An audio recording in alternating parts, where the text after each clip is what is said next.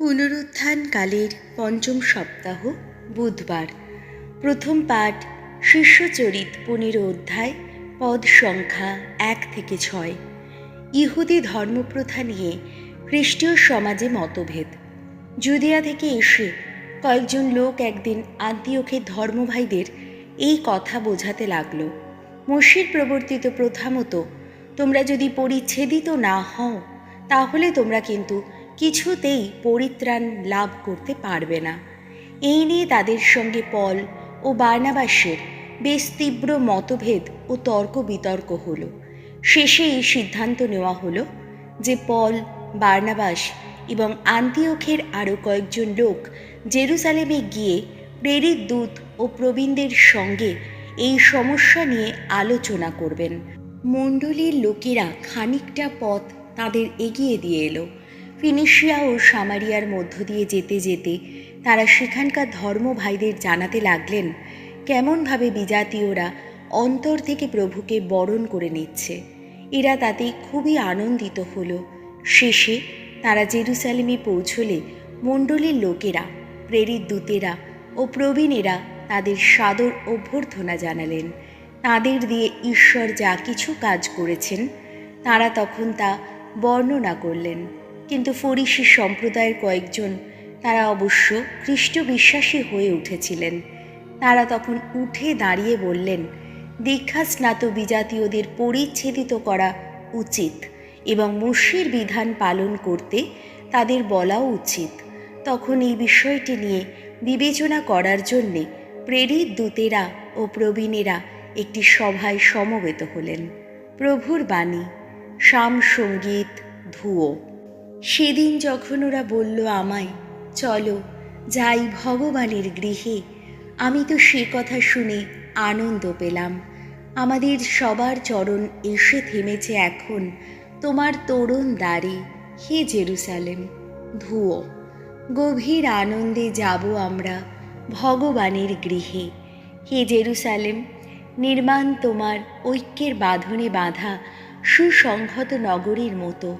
এ জাতির যত গোষ্ঠী, ভগবানের সকল গোষ্ঠীর মানুষ এইখানে উঠে আসে।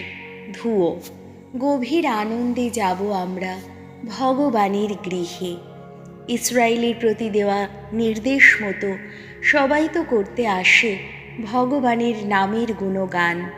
এখানেই প্রতিষ্ঠিত আছে সেই বিচার আসন, দাউদ বংশের সেই রাজ সিংহাসন। ধুয়ো। গভীর আনন্দে যাব আমরা ভগবানের গৃহে। বাণী বন্দনা। জয় মৃত্যুঞ্জয়, জয় তোমারই জয়। তোমাদের মধ্যে আমি রয়েছি যেমন, আমারই মধ্যে তেমনি তোমরাও থাকো অনুক্ষণ। যে আমার মধ্যে তেমনি থাকে অনুক্ষণ, শত ফলে ধন্য তার মানব জীবন। জয় মৃত্যুঞ্জয়, জয় তোমারই জয়। যোহন রচিত মঙ্গল সমাচার 15 অধ্যায়, পদ সংখ্যা 1 থেকে 5। যে আমার মধ্যে থাকে আর আমি যার মধ্যে থাকি, সেই তো প্রচুর ফলে ফলশালী হয়ে ওঠে। এই জগৎ ছেড়ে পিতার কাছে যাবার আগে যিশু তাঁর শিষ্যদের এই কথা বললেন, আমি সত্যিকারের আঙুর গাছ, আর আঙুর চাষি হলেন আমার পিতা। আমার যে শাখায় ফল ধরে না তিনি তা কেটে ফেলেন, আর যে শাখায় ফল ধরে তিনি তা ছেঁটে দেন, যেন তাতে আরও বেশি ফল ধরে। আমি তোমাদের যে বাণী শুনিয়েছি তার গুণে এরই মধ্যে তোমরা ছাঁটা হয়ে গেছো। আমি যেমন তোমাদের মধ্যে রয়েছি, তেমনি তোমরাও আমারই মধ্যে থাকো। আঙুর গাছের সঙ্গে যুক্ত না থাকলে শাখা যেমন নিজে থেকে ফল দিতে পারে না, তেমনি আমার সঙ্গে সংযুক্ত না থাকলে তোমরাও ফলশালী হতে পারো না। আমি হলাম আঙুর গাছ, আর তোমরা হলে শাখা প্রশাখা। যে আমার মধ্যে থাকে আর আমি যার মধ্যে থাকি, সেই তো প্রচুর ফলে ফলশালী হয়ে ওঠে, কারণ আমাকে ছাড়া তোমরা কিছুই করতে পারো না। কেউ যদি আমার মধ্যে না থাকে, তবে সে যেন বাইরে ফেলে দেওয়া শাখারই মতো। সে শুকিয়ে যায়, ওই রকম যত শাখা জড়ো করে আগুনে ফেলে দেওয়া হয়, আর তা পুড়িয়ে ফেলা হয়।